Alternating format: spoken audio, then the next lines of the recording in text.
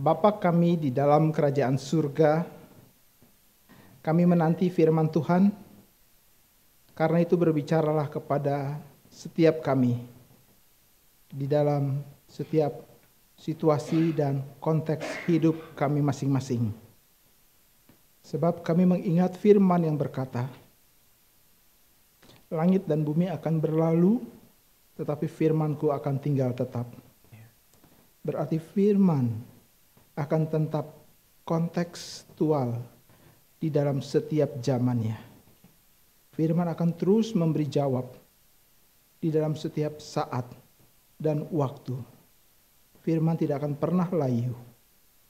Karena itu, kasihani kami dan berkatilah kami dengan firman.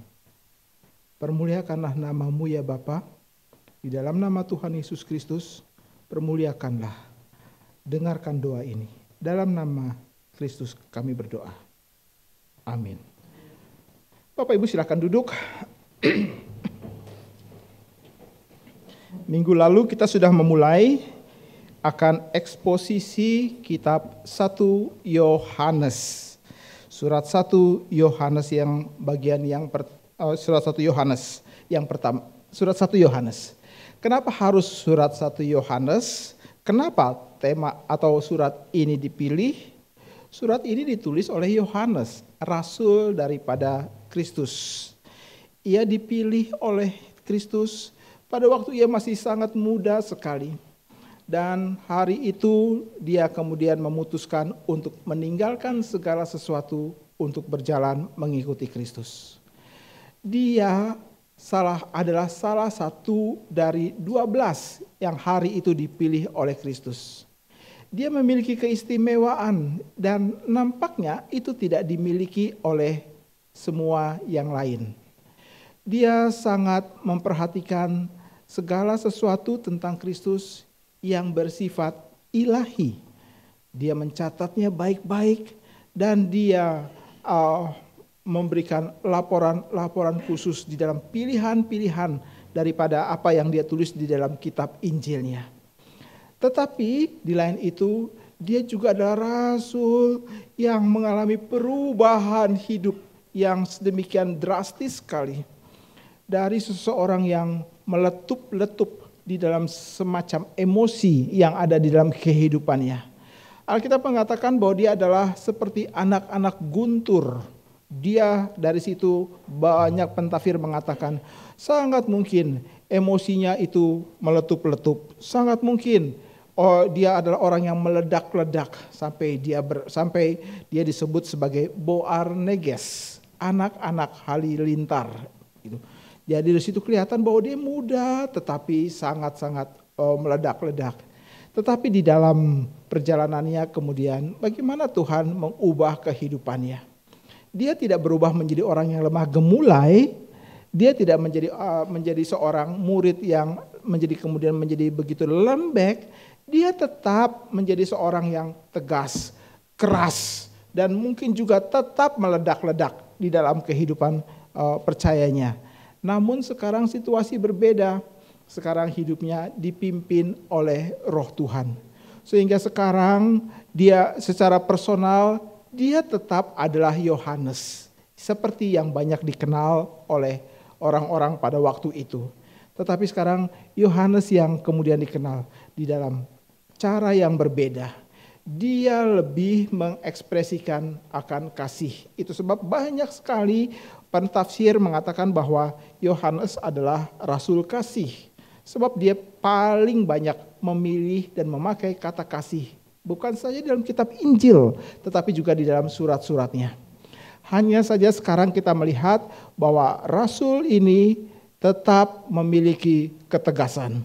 Dia adalah orang yang tanpa kompromi. Dia begitu keras sekali. Tetapi sekarang caranya adalah dia melihat akan kondisi gereja 60 tahun setelah Yesus naik ke sorga. Sedang dilanda oleh pengajaran yang kelihatannya benar. Namun sebenarnya tidak sama sekali. Pengajaran-pengajaran ini bisa masuk ke dalam gereja dan mengadopsi diri sehingga banyak sekali orang yang tertipu karenanya. Ajaran apa itu? Yaitu salah satu filsafat daripada Yunani yang bernama Gnostisisme. Minggu lalu saya sudah mencoba menjelaskan ya. Tapi paling tidak hari ini saya ingin menjelaskan secara umum bahwa Gnostik itu membagi dua wilayah. Mereka hidup dan mengajarkan tentang konsep dualisme. Yaitu yang semua yang fisik itu pasti jahat. Semua yang rohani itu pasti baik.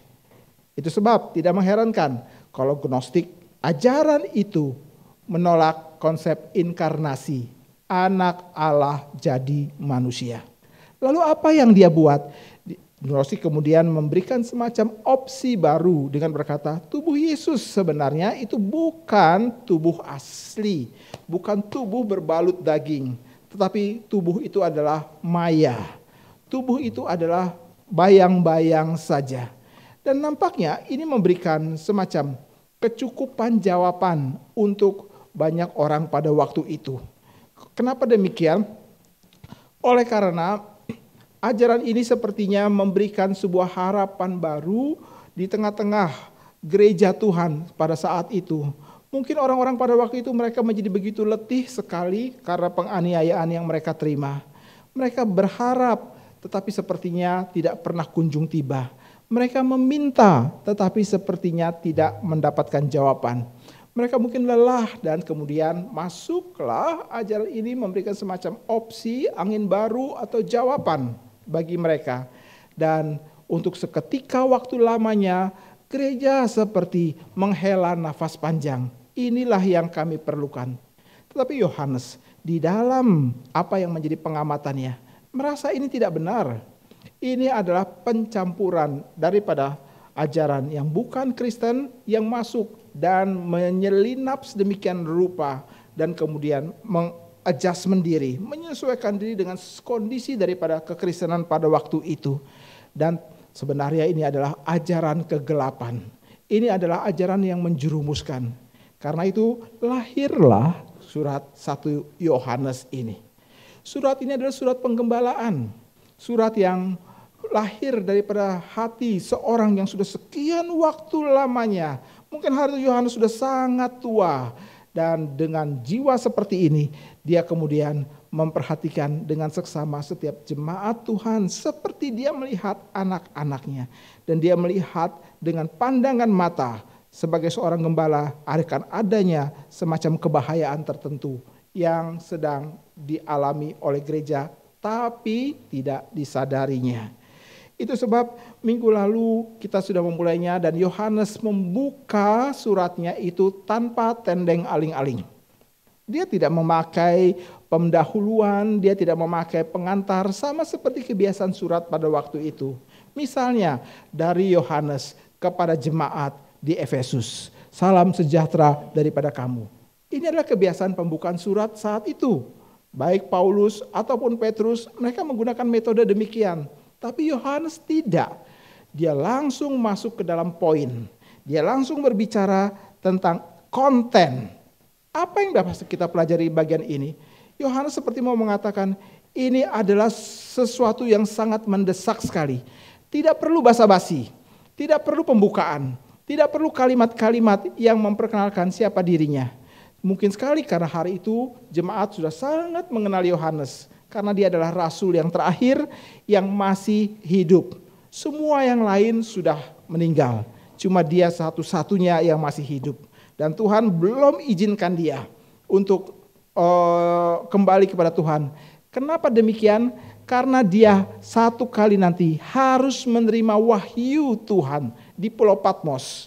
Yaitu yang kemudian dituliskan di dalam surat Wahyu, ya kitab Wahyu.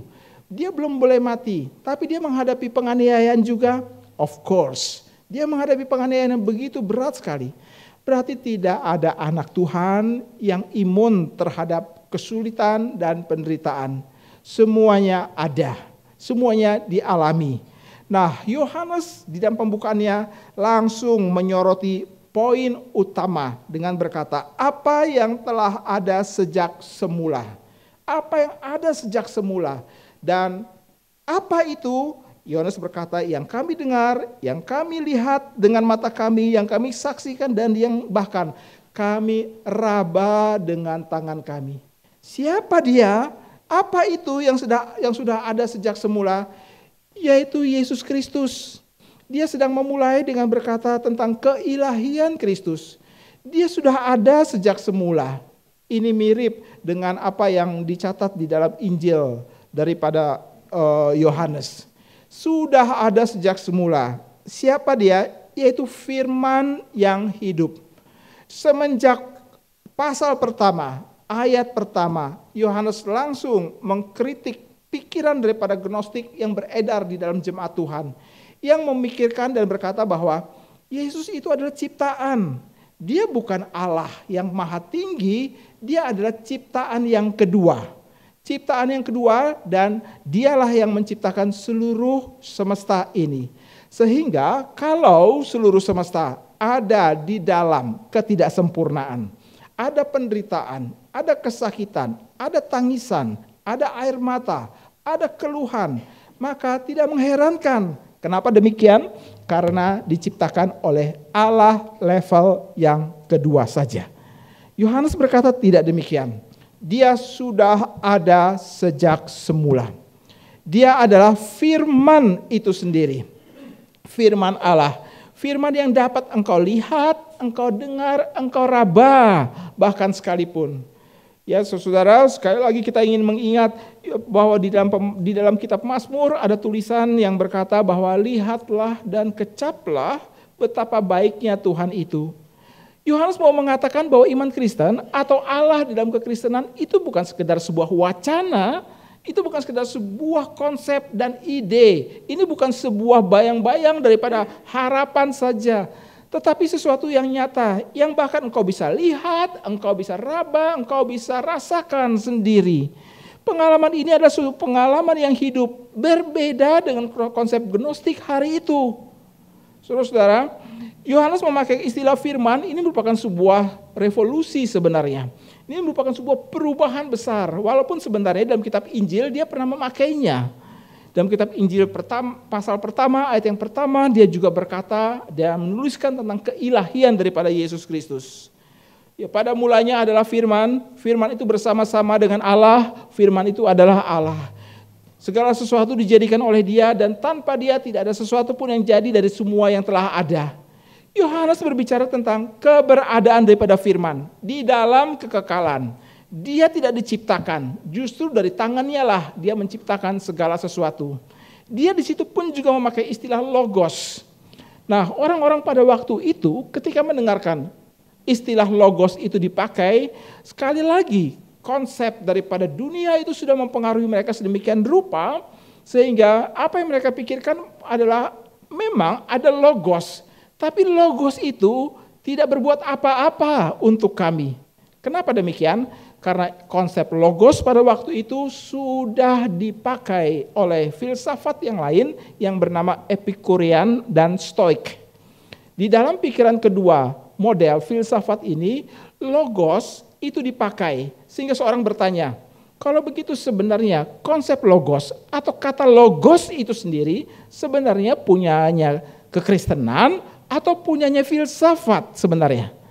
Sebab sudah pernah dipakai sebelumnya. Lalu ketika Yohanes memakainya dalam Injil Yohanes dan kemudian di dalam surat 1 Yohanes ini, maka tidak mengherankan kalau pada masa Yohanes dipanggil oleh Tuhan dan menuliskan Injilnya tersebut, orang mulai bertanya-tanya, siapa kalau begitu logos ini? Dan ketika muncul lagi dalam surat 1 Yohanes, setelah Yesus naik ke sorga, konsep itu dimunculkan lagi, orang pun juga pasti akan bertanya-tanya, apakah logos ini sama dengan yang kami mengerti? Hari itu ide logos adalah bersifat impersonal, ya tidak mempunyai pribadi, tidak mempunyai relasi apapun dengan siapapun. Tetapi ketika Yohanes memakainya, maka Yohanes memberikan sifat personalitas ke dalam kata logos itu sendiri.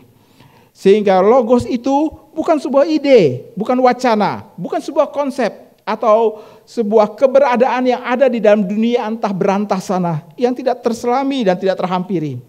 Orang hanya bisa mempunyai konsep dan idenya saja. Yohanes berkata tidak demikian.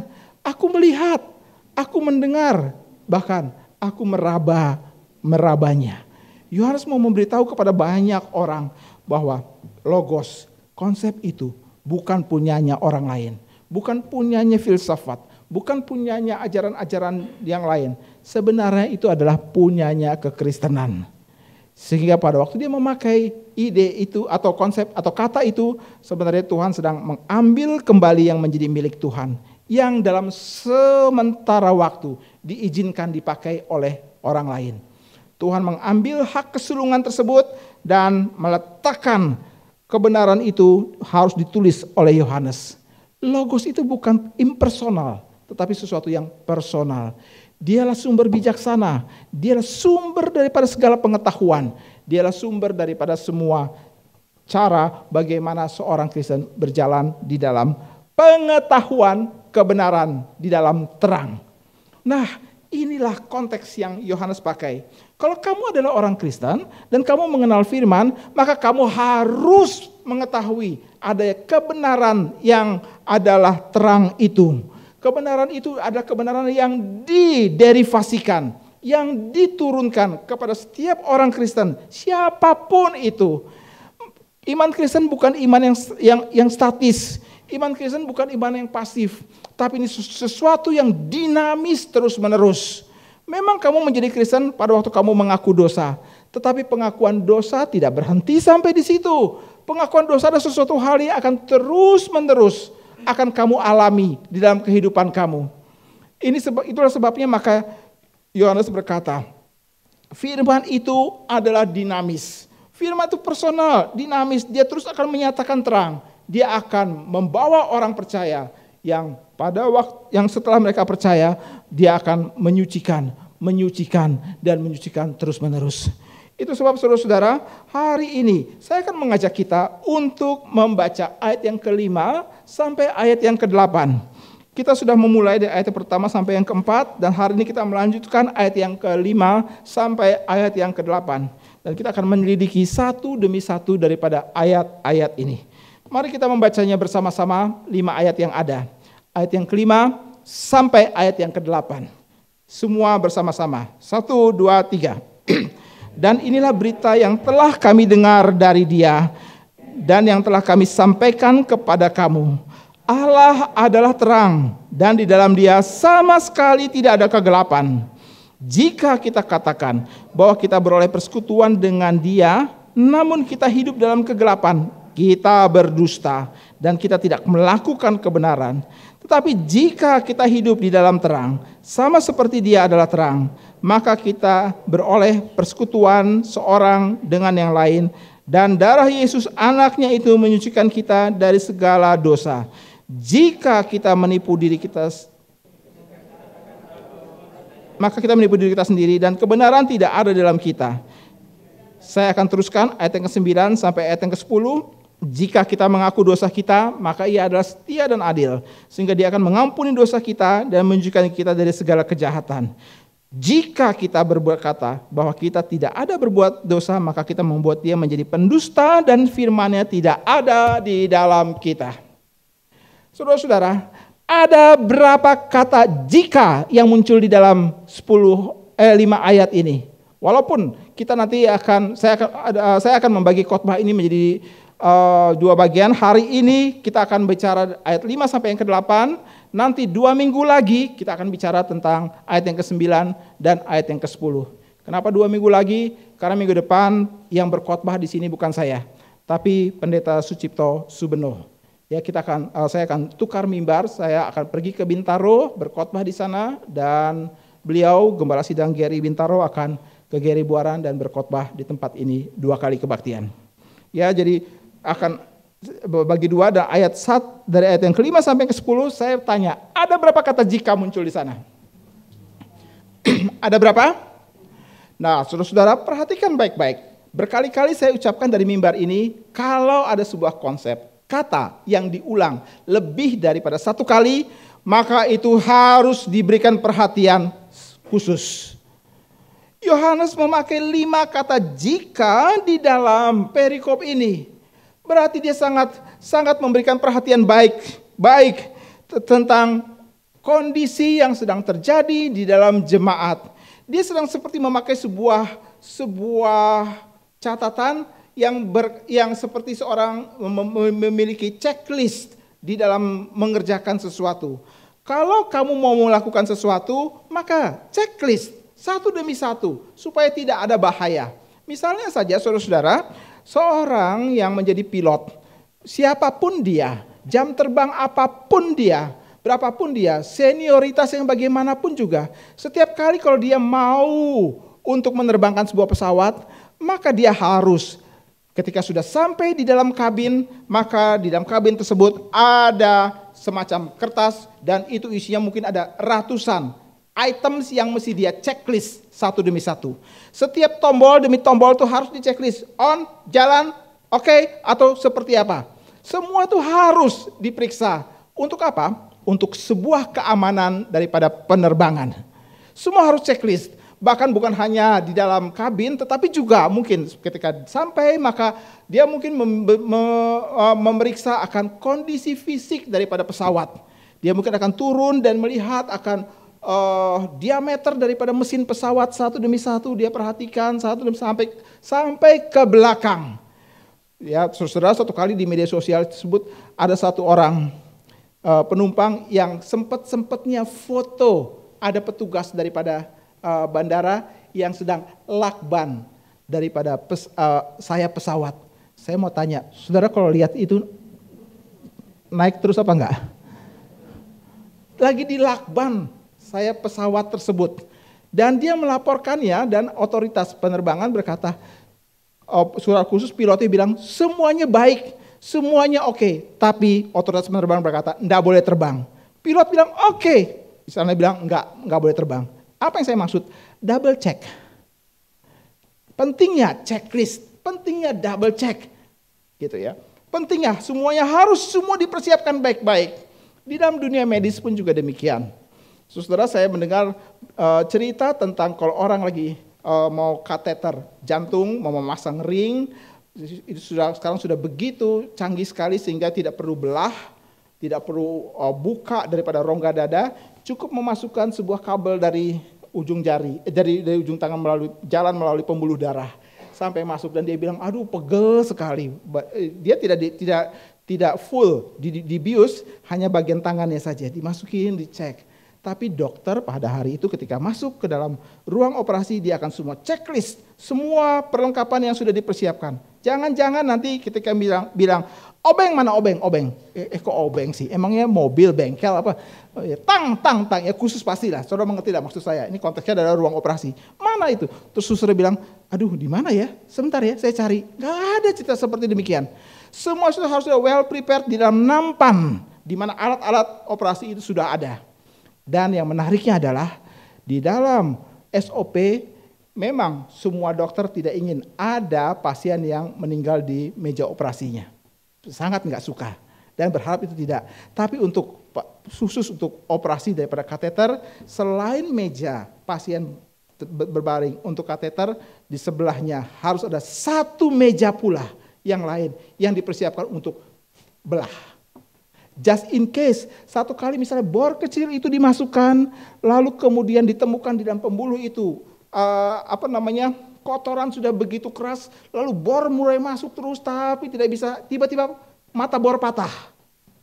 Saudara bisa bayangkan, mata bor patah di dalam pembuluh darah. Apa yang terjadi? Hari itu dokter langsung pindah ke sana. Untuk apa? Belah. Semua tidak boleh luput. Checklist begitu detail sekali. Nah, surat 1 Yohanes ini seperti sebuah checklist. Kalau kamu berkata kamu adalah orang Kristen, kamu hidup secara Kristen, maka mari kita cek apa saja yang terjadi, apa saja yang perlu diperhatikan. Dan itu sebabnya kenapa di dalam dalam ayat yang kelima dikatakan inilah berita yang telah kami dengar dari Dia. Dia itu siapa? Berita yang telah kami dengar, dia itu siapa? Dia itu adalah firman yang dikatakan di dalam perikop yang sebelumnya. Firman yang sudah kami lihat, kami dengar, dan kami raba. Dan berita itu telah kami dengar. Kami Yohanes mau mengatakan kesaksian ini bukan hanya aku saja. Sebab di dalam kebiasaan waktu itu bahwa sebuah kesaksian yang benar itu harus berada di paling tidak ada orang lain yang menjadi saksi. Kalau satu orang ini tidak cukup kuat, dibawa lagi kepada orang yang lain. Kalau tidak cukup kuat lagi, dibawalah kepada banyak orang. Banyak orang ini siapa? Kami di sini siapa? Kami di sini adalah para rasul. Para rasul yang lain yang dalam notabene sudah meninggal. Mereka semua adalah saksi-saksi terang daripada Allah. Terang daripada Kristus. Ini adalah sebuah standar penting daripada sebuah kebenaran. Harus ada saksi. Kalau tidak ada saksi, siapa yang mau percaya? Ya itu sebab di dalam Injil dibilang kalau ada saudara berbuat dosa, tegurlah dia di depan 4 mata. Kalau dia kurang, bawa orang lain. Kalau dia tetap mau berdalih, bawalah ke seluruh jemaat. Sebab di mana 2-3 orang berkumpul dalam namaku, disitulah aku ada. Kata-kata itu adalah kata-kata di dalam konteks penghakiman. Kenapa demikian? Karena kamu gak percaya, maka harus ada saksi. Tapi kata-kata itu sekarang dipakai buat penghiburan. Penghiburan kalau kebaktian mau mulai, orang yang datang baru sedikit, maka penghiburan liturgis adalah Tuhan baru 2-3 orang, gak apa-apa, Tuhan hadir. Itu menghibur diri. Itu bukan konteks pemakaiannya. Konteks pemakaiannya adalah penghakiman. Kenapa demikian? Karena kamu hidup dalam dosa. Kamu hidup dalam ketidakbenaran. Maka harus ada yang mentegur. Dan di sini Yohanes mau berkata, saya menegur di sini bukan karena saya sendiri, tapi kami telah dengar dari dia. Kami sudah mengalami sendiri dan kami sudah melihat dia. Sekarang kami katakan kepada kamu. Apa yang kami katakan? Allah adalah terang. Ini fondasi daripada hidup Kristen. Hidup Kristen itu bukan hidup yang baik. Hidup Kristen bukan hidup yang baik. Hidup Kristen adalah hidup di dalam terang. Kalau orang hidup dalam terang pasti baik. Orang yang katanya hidup baik, tidak tentu dia hidup dalam terang. Sebab baik itu bisa dimanipulasi sedemikian rupa. Orang bisa menunjukkan kebaikan dengan menunjukkan hal-hal yang rohani. Rohani itu selalu bisa dimanipulasi. Pikiran gnostik merasuk. Kalau yang rohani itu pasti baik. Karena itu tunjukkanlah hal-hal yang bersifat rohani. Calon mantumu datang ke rumahmu dan berkata, Om, Tante, kebetulan kau sedang mengajak dia untuk makan bersama. Duduk di meja makan besar, makan bersama-sama dengan keluarga. Dan dia berkata, Om, Tante, hari ini aku yang berdoa ya. Kalau misalnya begitu, sebagai kepala keluarga, kau harus bilang, enggak, Om yang berdoa. Itu lagi tebar pesona. Lagi tebar pesona. Untuk hal-hal yang rohani, nggak ada satu orang pun yang tidak tersentuh. Untuk hal-hal yang rohani semua pasti oke punya, apalagi pakai nama Tuhan di dalamnya. Om, Tante, minggu depan saya jemput untuk pergi ke gereja ya. Bilang, Om pergi sendiri. Gitu. Ya, saudara-saudara, hal-hal rohani mudah sekali dipakai untuk menipu diri sendiri. Dan kita akan lihat nanti bagaimana Yohanes dengan mata tajamnya itu menyoroti hal-hal sedemikian. Kenapa demikian? Hal-hal rohani yang beredar di dalam jemaat Tuhan dan menipu jemaat Tuhan itu adalah hal-hal yang penuh dengan kebohongan dan kepalsuan. Loh, jadi bagaimana dong kalau begitu? Sebab kenapa demikian? Sebab hal-hal yang rohani itu kemudian bisa dipakai menjadi semacam opini-opini dan kesimpulan-kesimpulan tertentu. Segala sesuatu yang rohani itu selalu bisa untuk dibenarkan.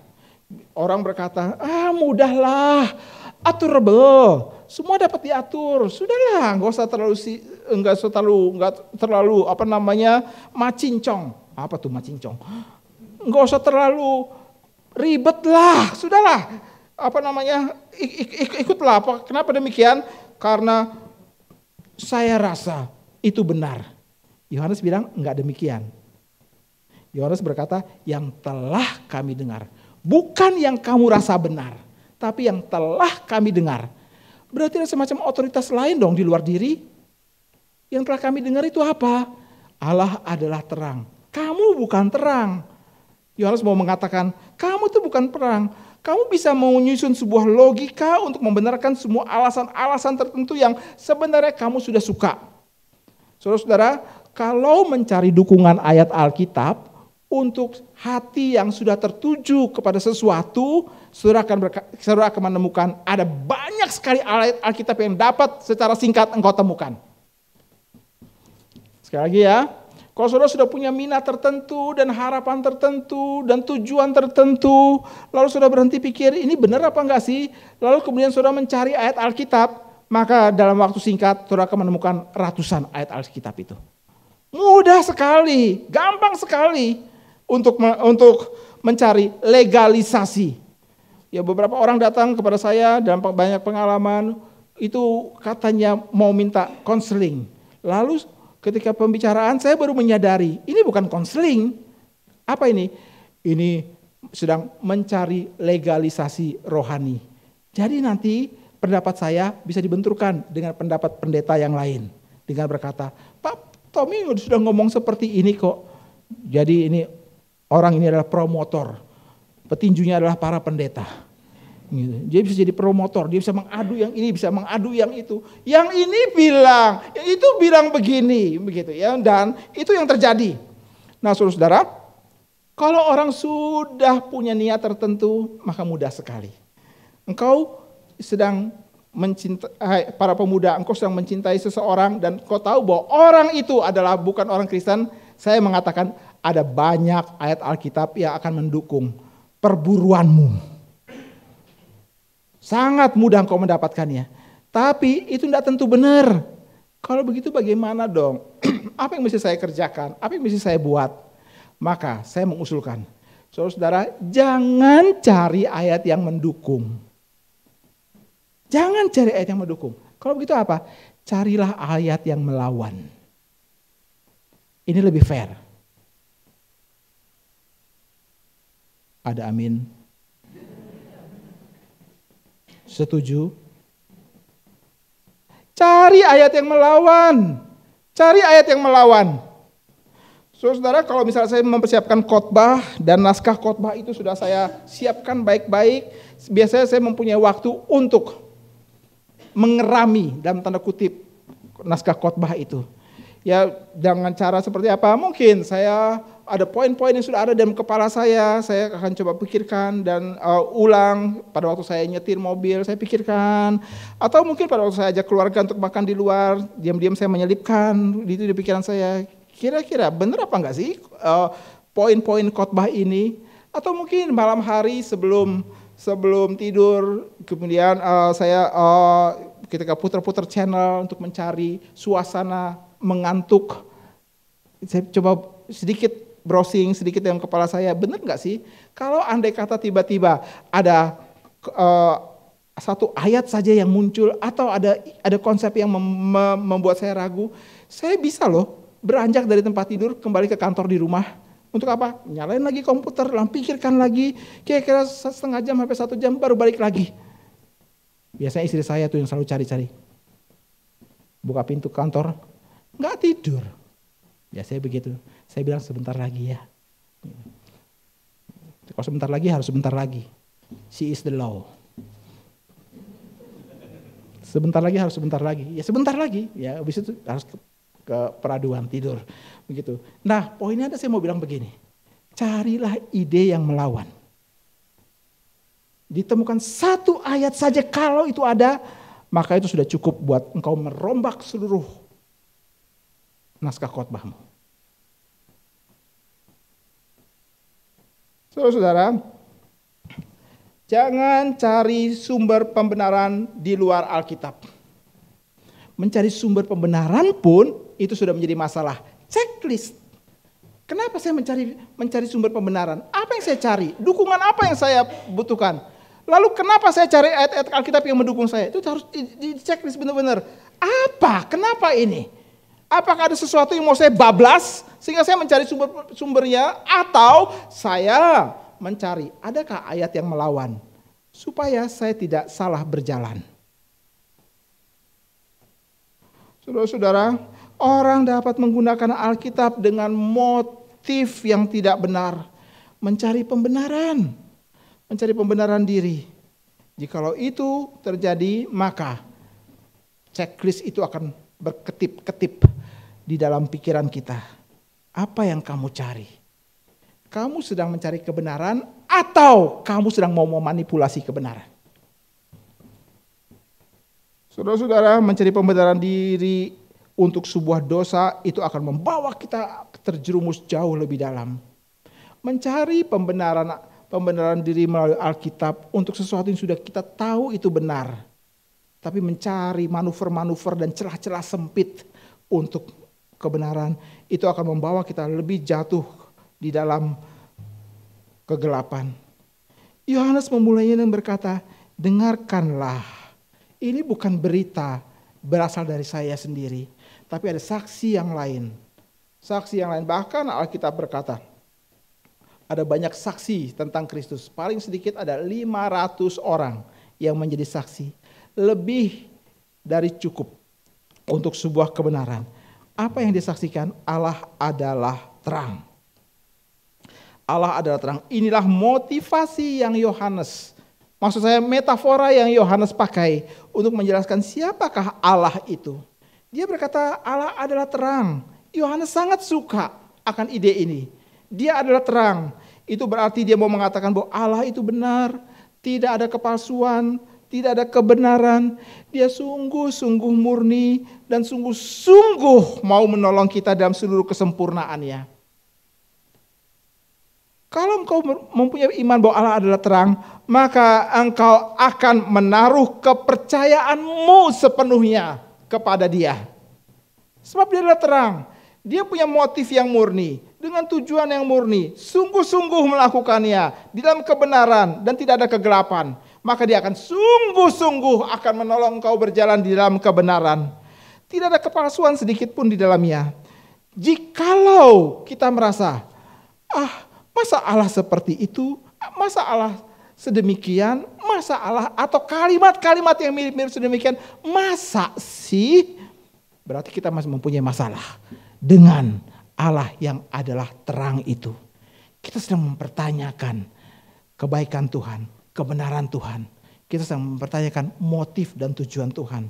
Kenapa sih kalimat-kalimat itu seperti sebuah checklist lagi yang menyala di dalam hidup rohani kita. Dia akan berketap-ketip dan memberikan warning.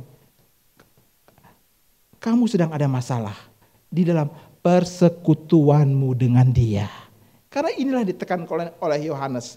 Kalau kamu katakan kamu adalah orang Kristen, maka kamu memiliki persekutuan dengan Kristus. Dan persekutuan dengan Kristus ada persekutuan dengan Bapanya. Kalau kamu mempertanyakan tentang kebenaran ini, maka masalahnya ada dalam persekutuan kamu dengan Tuhan dan bukan dengan Tuhan. Allah tidak ada kegelapan dan tidak ada dosa di dalam Dia. Hanya kamu saja yang mempunyai masalah untuk mencari-cari celah sempit atau mencari legalisasi pembenaran daripada diri oleh karena sesuatu yang sedang kamu tuju dan kamu tidak mempedulikan. Tuhan maunya apa sih? Aku sudah punya semacam ide dan Tuhan tolong bantu saya, dukung saya. Aku mencari pembenaran diri. Saudara, Allah di dalam dirinya tidak ada kegelapan. Dia adalah kesempurnaan yang mutlak, yang didengar, dialami, dilihat, dipegang oleh Yohanes. Bahkan untuk setiap orang percaya. Yohanes mau mengatakan kepada orang-orang yang digembalakannya, kami sampaikan kepadamu, kami beritakan kepadamu. Hal apa? Pengalamanku menjadi pengalamanmu juga. Bukan pengalamanku, pengalaman sendiri. Dan kamu tidak akan pernah mengalaminya. Ini konsep gnostik. Bukan hanya kami saja yang mengalami, kamu pun juga dapat mengalaminya. Persis sama seperti kami alami. Gnostik berkata tidak, hanya orang-orang tertentu saja yang memiliki pengalaman seperti itu. Gereja pada waktu itu dipenuhi dengan adanya orang-orang yang sepertinya elite rohani. Dia bahkan dibawa tur oleh Tuhan ke dalam sorga bolak-balik, ke neraka bolak-balik. Kadang-kadang ke sorga, kadang-kadang melanjutkan ke neraka, bolak-balik kembali ke dalam dunia. Tur apa ya yang dipakai? Lalu kemudian orang berkata bahwa saya dibawa oleh Tuhan ke neraka. Dan saya melihat pemandangan yang menakutkan sekali di dalam neraka tersebut. Bagaimana orang-orang berdosa dihukum oleh Tuhan. Dan siapa yang menghukumnya? Setan-setan.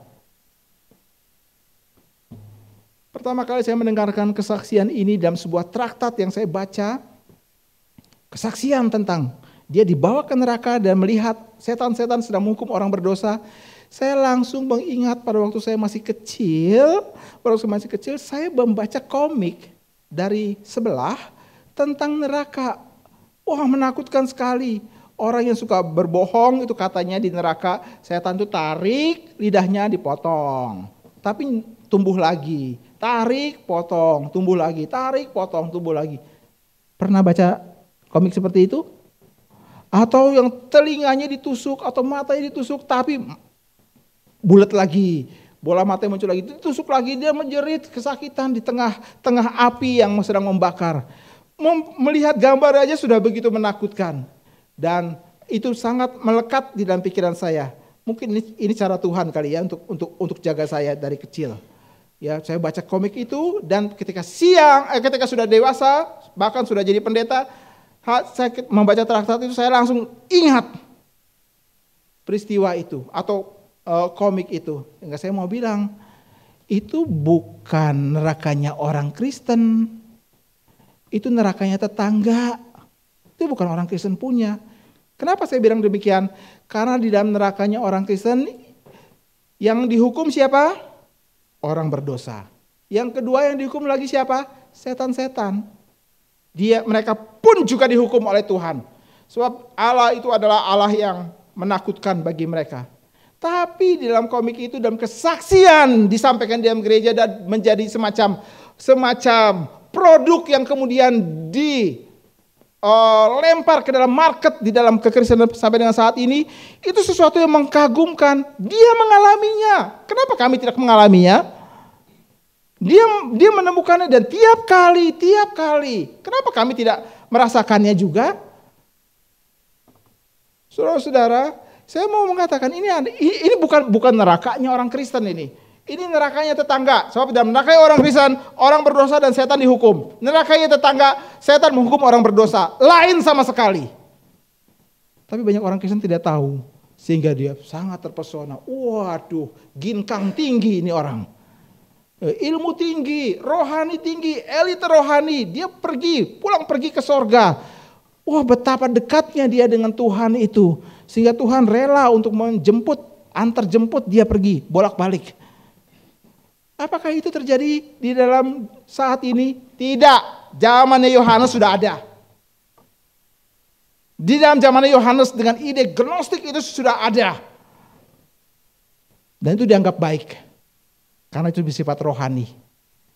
Nah, dari zaman itu sampai dengan zaman saat ini semuanya idenya sama. Hanya ganti baju saja. Hanya ganti baju. Tapi idenya tetap sama. Saudara-saudara, pikiran seperti ini merajalela di dalam gereja dan orang Kristen terpesona. Terpesona karenanya. Saudara-saudara, kita harus kembali kepada Alkitab. Kita melihat apa yang Yohanes katakan. Yohanes berkata, Allah yang kami dengar, yang kami alami adalah Allah yang kamu bisa alami juga. Sesuatu yang rohani, yang kami jumpai, itu bisa kami jumpai. Bukan monopoli sekelompok orang tertentu saja. Itu adalah semua orang dapat mengalaminya. Saudara, Yohanes mengatakan, kalau kamu percaya bahwa Allah adalah terang, maka kamu memiliki persekutuan dengan Dia. Persekutuan dengan Dia, persekutuan yang seperti apa? Yohanes bicara, persekutuan dengan Dia adalah persekutuan di dalam doa. Checklist berikut muncul lagi. Dan itu masuk ke dalam ayat yang ke-6. Jika kita katakan bahwa kita berpersekutuan dengan Dia, namun kita hidup dalam kegelapan, kita berdusta dan tidak hidup di dalam kebenaran. Saudara mengaku saudara sebagai orang Kristen? Saudara mengaku bahwa saudara memiliki persekutuan dengan Kristus? Maka checklistnya adalah hidup doamu kayak apa? Hidup doamu seperti apa? Kalau engkau mengaku engkau orang Kristen, mempunyai persekutuan dengan Kristus, tapi hampir tidak pernah berdoa, maka Yohanes bilang, kamu tidak hidup dalam kebenaran. Kamu dalam kegelapan. Kamu berdusta kepada diri kamu sendiri. Saudara-saudara, hidup doa itu seperti sebuah checklist yang sangat sederhana sekali.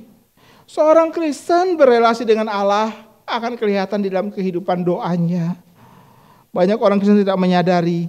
Mereka merasa bahwa mereka sudah diselamatkan dan menikmati kehidupan pertobatan di dalam anugerah Tuhan. Mereka bahkan berani mengatakan, Tuhan ada di dalam kehidupanku, Tuhan menyertai aku, Tuhan membimbing aku, mencukupkan hidupku. Oke, itu adalah sebuah kalimat demi kalimat dalam hidup Kristen. Tapi tidak tentu dalam sebuah persekutuan yang benar dengan Tuhan. Bagaimana kita tahu? Periksa hidup doa. Doa menjadi sebuah kesukaan bagimu, atau doa menjadi sebuah liturgi bagimu. Engkau berdoa karena diajak berdoa. Engkau berdoa karena disuruh berdoa. Bahkan ada orang yang suruh berdoa pun langsung sakit batuknya muncul.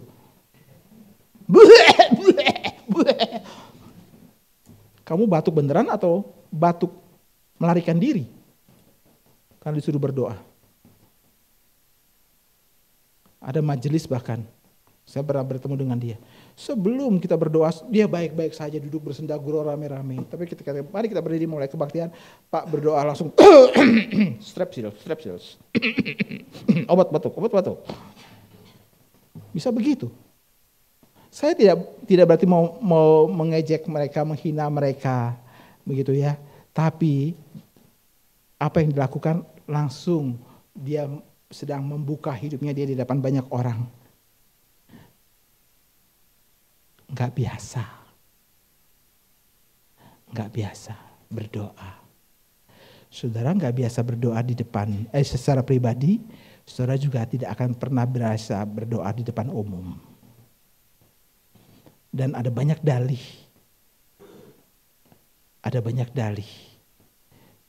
Doaku enggak bagus, so what? Doaku enggak panjang, so what? Doaku enggak puitis, so what? Doaku enggak punya. Mau ngomongnya sih begitu. Cuma mencari dalih-dalih yang ada. Saudara-saudara, ini menjelaskan bahwa mereka tidak hidup dalam persekutuan dengan Tuhan. Ada beberapa anak jemaat di sini yang kecil-kecil. Pertama kali saya deketin, wah langsung lihatnya gini.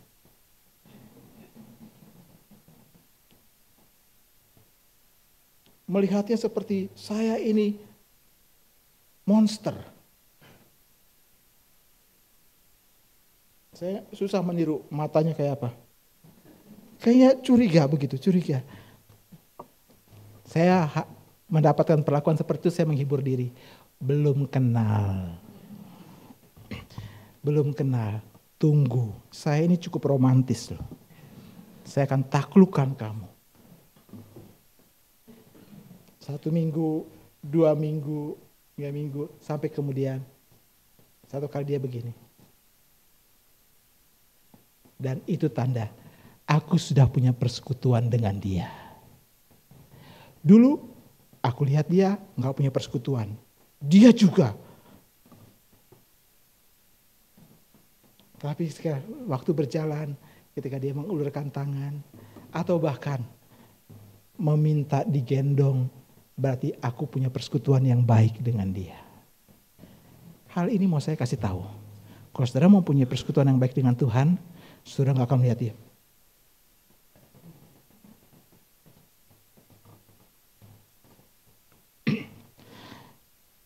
Kita akan bisa melihat hidup kerohanian kita. Checklist itu kemudian muncul. Yohanes mengatakan, kamu harus punya persekutuan dengan dia. Yohanes sedang di sini menjadi semacam landasan untuk nanti dia berbicara tentang pengakuan dosa.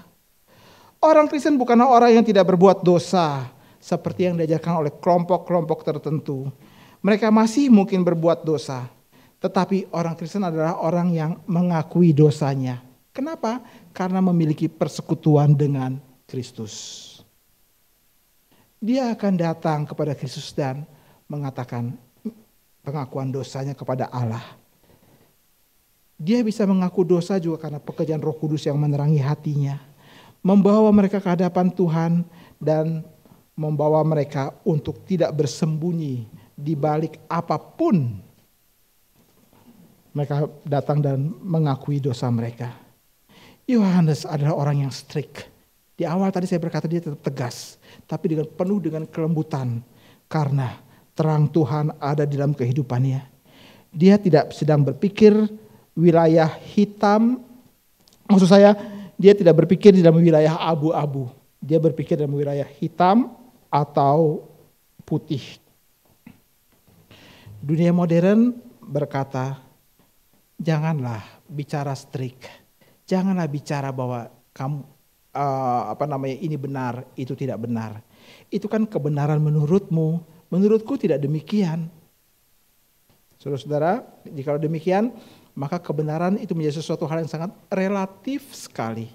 Kebenaran menurutmu, bukan menurutku. Kalau menurutku demikian, bukan menurut kamu. Kalau menurutku seperti itu, maka kebenaranmu salah.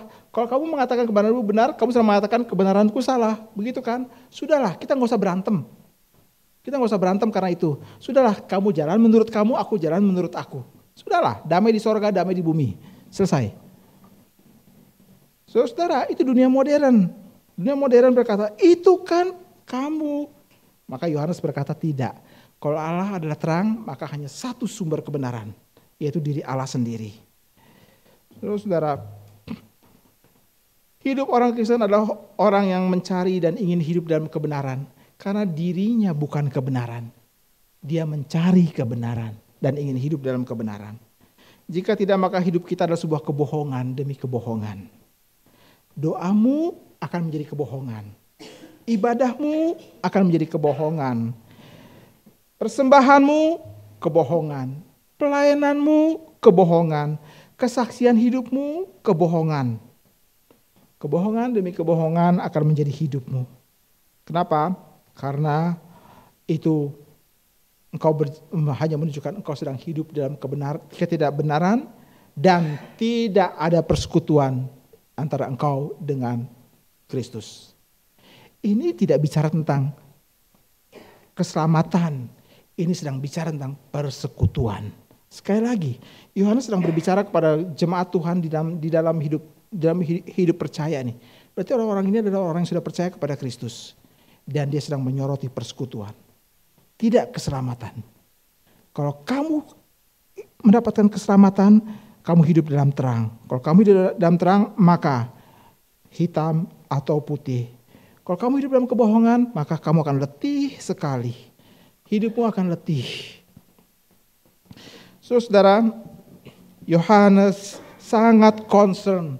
Dia berkata, jika kamu katakan, jangan ada persekutuan atau relasi yang semu dengan Allah. Orang Kristen memang dia akan mengatakan perkataan, aku punya persekutuan dengan Kristus. Tetapi itu bukan sebuah perkataan di dalam sebuah tatanan wacana. Tapi harus ada sebuah realita. Orang Gnostik mengatakan itu ada di dalam wilayah konsep dan ide. Enggak tentu harus ada dalam sebuah realita. Saudara, Yohanes bilang tidak demikian. Yohanes sedang mengajarkan kepada orang percaya, itulah arti berjalan di dalam Tuhan. Berjalan di dalam Tuhan adalah berjalan di dalam terang Tuhan. Berjalan dalam terang Tuhan adalah setiap kali Tuhan akan menerangi kamu dan membuka wilayah-wilayah yang masih gelap dalam kehidupanmu. Masih gelap karena ini merupakan sebuah pola kebiasaan yang kamu bawa, yang masih kamu bawa setelah kamu percaya.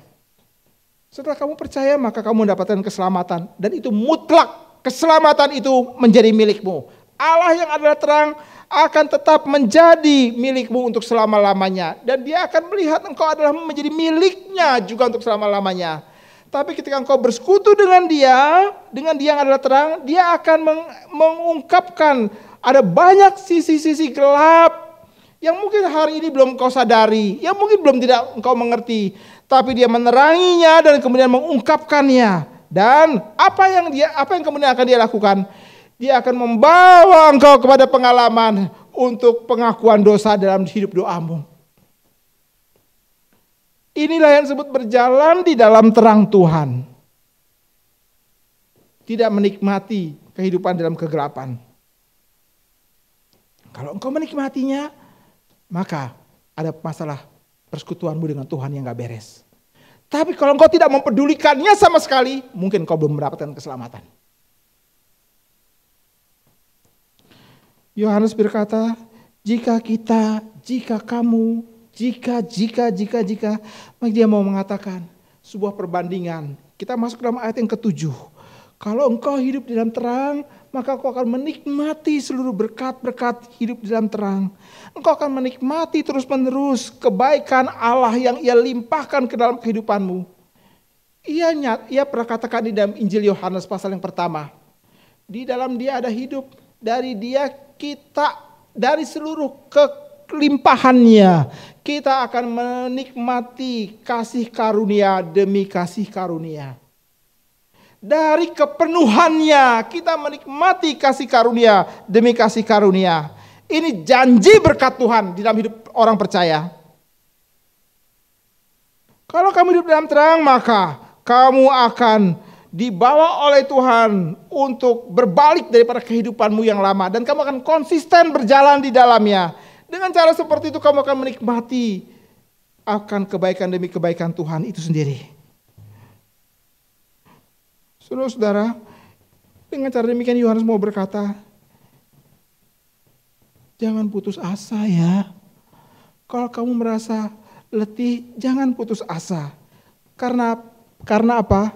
Karena berjalan di dalam terang itu adalah sesuatu hal yang mungkin.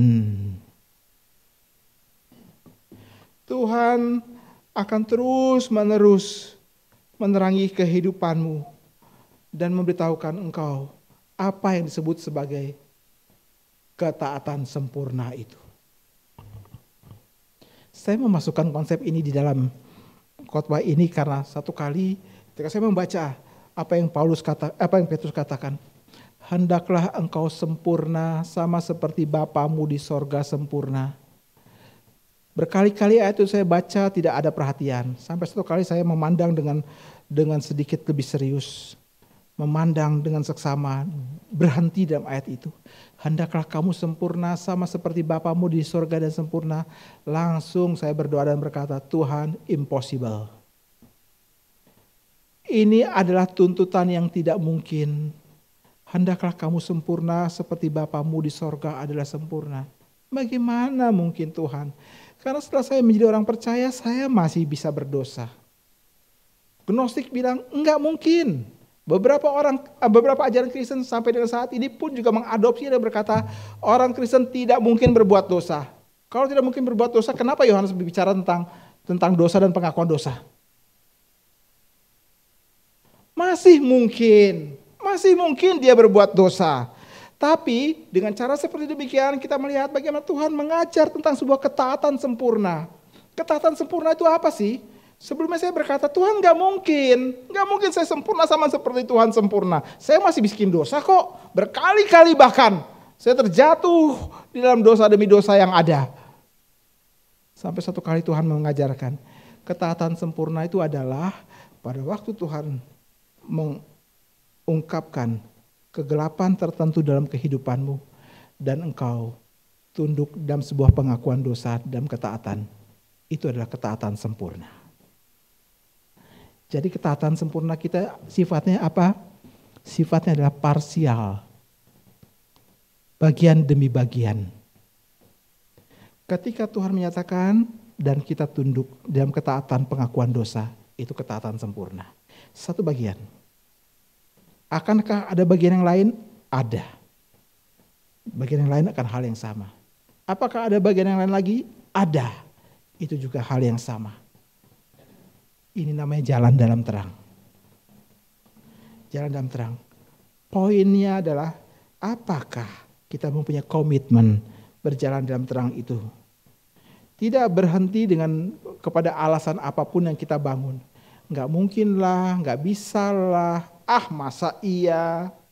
Yohanes berkata, hei perhatikan, darah Yesus akan menyucikan kita terus menerus dari segala dosa kita. Darah Yesus, anaknya itu menyucikan kita dari segala dosa kita. Terus menerus dia akan mengerjakannya. Jadi Yohanes tidak sedang mengajarkan kesempurnaan tanpa dosa. Tapi dia sedang mengajarkan tentang kesempurnaan pada waktu Tuhan membukakan dosa. Saudara-saudara, kayu salib tidak hanya berurusan dengan kesalahan dosa yang mungkin mengirim kita ke dalam neraka. Kayu salib itu juga berkaitan dengan noda dosa yang menghalangi persekutuan kita dengan Dia. Sekali lagi, kayu salib tidak membawa kita atau berurusan dengan kesalahan dosa yang berkaitan dengan penghukuman kekal Tuhan di dalam neraka. Tapi kayu salib juga berurusan dengan pemberesan noda dosa yang menghalangi persekutuan kita dengan Dia. Saudara, mulai saat engkau percaya, maka engkau berjalan di dalam Dia. Dan Allah terus menerus di dalam Kristus melalui pekerjaan Roh-Nya yang kudus menerangi. Dia tidak ingin ada dosa-dosa yang mengganggu persekutuan kita dengan Dia. Dosa yang seperti apa?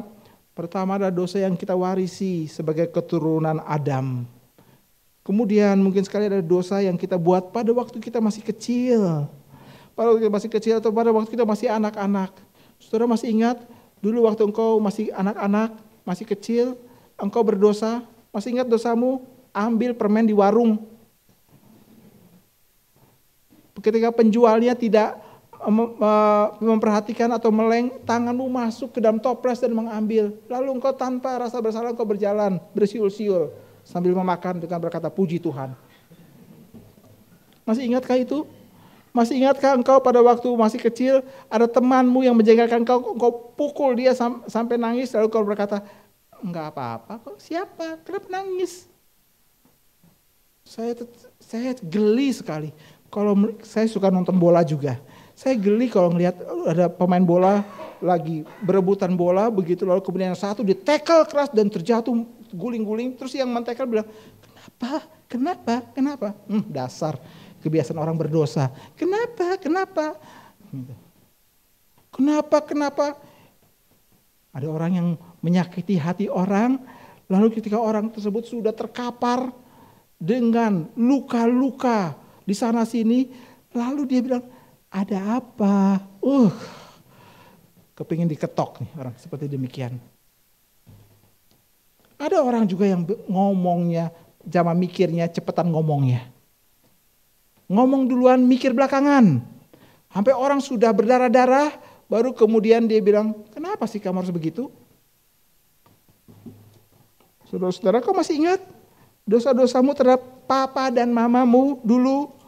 Masih ingat kepada saudaramu? Masih ingat yang dosa yang kau lakukan? Kau berdusta, mencuri, menipu, berzina, narkoba, sumpah serapah, termasuk curi mangga tetangga. Masih ingat? Memang semua curian itu manis ya, menarik. Gitu. Saudara, Tuhan berkata melalui Yohanes, ingat baik-baik. Tidak ada dosa kecil, tidak ada dosa besar, tidak ada dosa masa lalu. Itu kan sudah lalu, lupakan. Enggak, Tuhan ingat baik-baik setiap detailnya. Dan Dia membawa kita untuk cara yang sangat sederhana sekali datang dalam pengampunan. Sebab ini bukan sebuah teori belaka. Tuhan menginginkan kita hidup benar di hadapan Dia. Dan ini membawa kita kepada ayat yang ke-8. Kenapa? Karena Yohanes langsung mengingatkan kita, hey, waspadalah terhadap semua penipuan diri. Jangan berkata, itu sudah lalu, itu sudah lama, gak apa-apa. Ini adalah semacam rasionalisasi diri. Atau mencari pengecualian untuk dosa yang pernah kita buat. Salah satu tanda Tuhan bekerja dalam hidup kita adalah Dia mengingatkan kita. mengingatkan kita untuk dosa yang pernah kita kerjakan. Dosa adalah dosa, tidak ada hitam, tidak ada putih. Dunia modern kita menawarkan sesuatu hal yang baru melalui filsafat Robin Hood di barat atau filsafat Mulan di timur. Filsafat apa itu? Kalau kamu berbuat atau merampok daripada harta orang lain demi kebaikan daripada orang yang lain lagi, silahkan saja. Filsafat Robin Hood, nggak apa-apa. Prince of Thieves, dia merampok dan membagikan hasilnya kepada orang lain. Mulan juga demikian, bukan? Kalau dalam dunia ilmu jiwa ada tuh sebuah ajaran yang berkata, kalau kamu merasa bahwa ini baik bagimu, maka saya memahami, saya mengerti. Kalau kamu rasa itu baik, lakukan. Misalnya saja saudara, seorang pria di dalam sebuah tugasnya di kantor harus pergi dan meninggalkan keluarganya sekian bulan lamanya di tempat yang lain. Lalu karena kebutuhan biologis yang tidak bisa ditunda, maka dia menghadapi kesusahan. Dia datanglah kepada seorang ahli di dalam ilmu jiwa dan kemudian dia pas ketemu dengan seorang yang orang tersebut berkata demikian. Kalau kamu rasakan itu baik, lakukanlah. Enggak apa-apa, itu demi kebaikanmu sendiri. Lakukan, enggak apa-apa. Saudara, ini sangat menakutkan sekali. Pembenaran terhadap sebuah dosa. Tuhan Yesus memberikan kita sebuah peringatan keras. Seorang yang hidup dalam kegelapan, dalam ketidakbenaran setelah mengetahui kebenaran, maka sebenarnya dia bukan domba. Dia adalah seekor anjing dan seekor babi. Petrus bilang anjing kembali kepada muntahnya dan babi yang mandi kembali kepada kubangannya. Ini tidak dimengerti dalam konteks B1 dan B2 ya. Kalau B1 dan B2, anjing kembali, babi kembali. Itu makanan terenak. Bukan. Tapi mau menjelaskan tentang kamu kembali kepada pola hidup kamu yang lama. Kamu bukan domba, kamu anjing, kamu babi. Bahaya terhadap penipuan. Saya ingin mengajak kita untuk melihat apa yang Tuhan Yesus ajarkan. Matius pasal yang ke-7. Matius pasal yang ke-7. Ayat 21 sampai 23. Matius 7, 21 sampai 23. Mari kita buka ayat itu dan kita baca sama-sama. Matius 7, 21 sampai 23. 1, 2, 3. Bukan setiap orang berseru-seru kepadaku, Tuhan, Tuhan, akan masuk ke dalam kerajaan sorga, melainkan dia yang melakukan kehendak Bapakku yang di sorga. Pada hari terakhir banyak orang akan berseru kepadaku, Tuhan, Tuhan, bukankah kami bernubuat demi namamu, dan mengusir setan demi namamu, dan mengadakan banyak mujizat demi namamu? Pada waktu itulah aku akan berterus terang kepada mereka dan berkata, aku tidak pernah kenal engkau. Enyahlah daripadaku kamu sekalian pembuat kejahatan. Menipu diri sendiri, hidup dalam kebohongan. Orang ini Tuhan Yesus berkata, dia tidak bernubuat. Tapi dia berusaha untuk menebar pesona dengan karangan-karangan nubuat. Dia tidak mengusir setan, tapi dia sedang diperdaya oleh setan. Seakan-akan dia mengusir setan, sebenarnya enggak.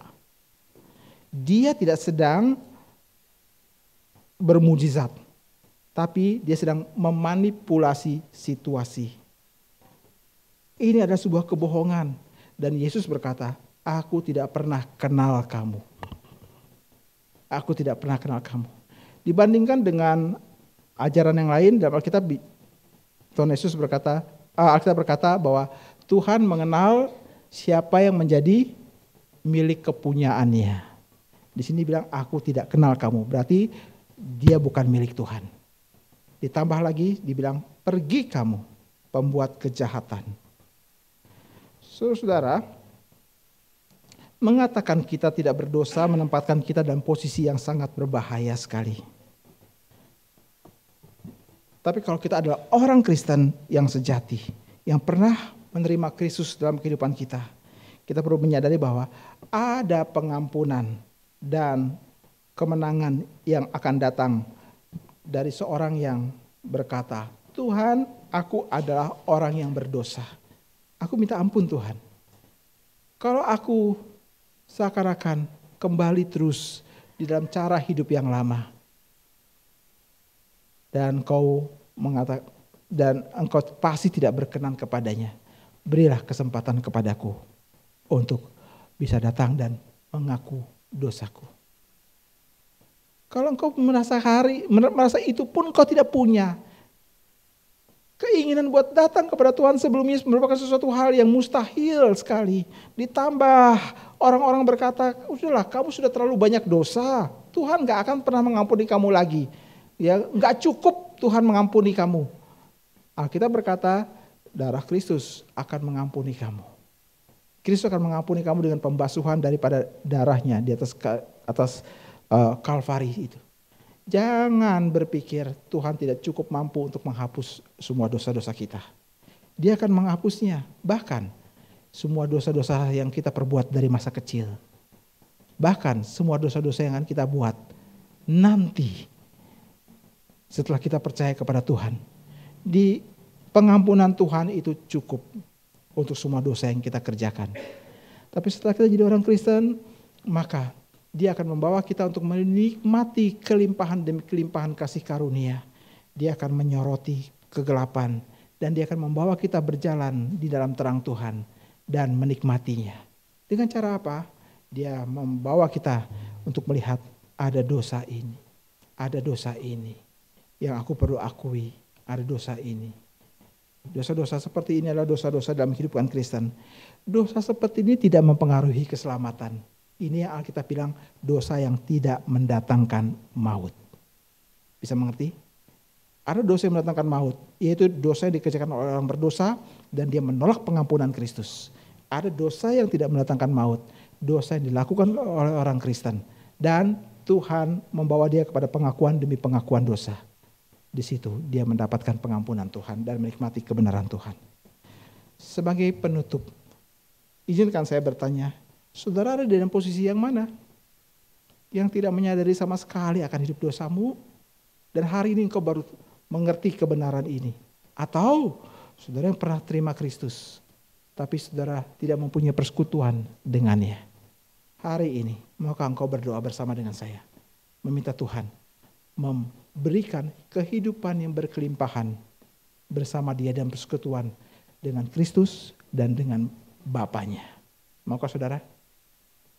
Mari kita tunduk kepala, kita berdoa.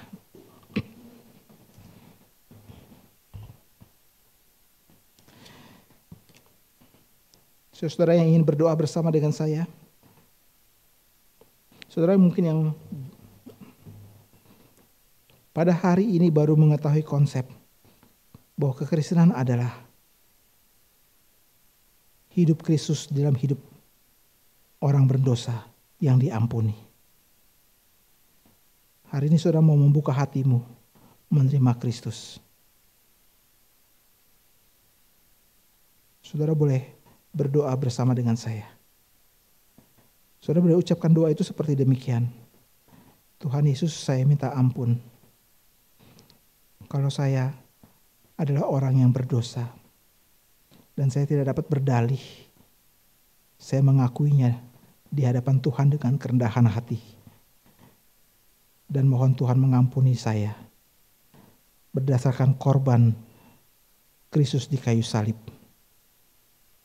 Hari ini saya membuka hati saya menerima Tuhan Yesus. Bersihkan hidup saya dan pimpin hidup saya berjalan di dalam terang Tuhan sampai selama-lamanya. Dalam nama Tuhan Yesus saya berdoa. Yang kedua, mungkin saudara ada orang yang sudah lama terima Kristus, tapi persekutuanmu dengan Tuhan begitu kering. Engkau merasa begitu letih sekali untuk hidup percaya. Engkau tidak menikmati sukacita. Jika ada orang seperti ini, maukah engkau berdoa bersama dengan saya? Seperti demikian. Tuhan ampuni saya, jikalau saya sudah mengabaikan persekutuan dengan Tuhan. Saya begitu keras kepala dan selalu mencari alasan untuk membenarkan diri. Hari ini saya mau kembali kepadamu, menjadikan Engkau Tuhan, sumber segala kebenaran dan terang dalam hidup saya. Terimalah saya. Jadi karena saya seorang yang setia, berjalan dalam komitmen penuh di dalam kebenaran Tuhan. Terima kasih ya Bapa, dengarkan doa saya. Dan terima kasih untuk pengampunan yang Kau berikan. Dalam nama Tuhan Yesus saya berdoa. Sekarang saya sendiri akan berdoa. Terima kasih kalau hari ini kami terus-menerus melihat Tuhan mengikuti kami, berjalan bersama dengan kami, membimbing kami, mengajari kami, mencelikkan mata kami, mengajarkan kebenaran yang didengar oleh telinga kami. Bahkan kami boleh merasakan sentuhan kehangatan cinta dan kasih sayang Tuhan dengan pengampunan yang Engkau berikan. Terima kasih Bapa. Sungguh Engkau adalah sumber sukacita dan damai sejahtera yang tidak akan pernah habis-habisnya. Yang tidak akan pernah kami jumpai di tempat hiburan manapun, kecuali kami kembali kepadamu. Hamba-Mu berdoa supaya kiranya Tuhan terus mengerjakan maksud dan kehendak Tuhan yang mulia di dalam hidup daripada semua jemaat GRI Buaran ini. Terima kasih Bapa, dengarkan doa kami. Dalam nama Tuhan Yesus kami sampaikan kepadamu. Amin.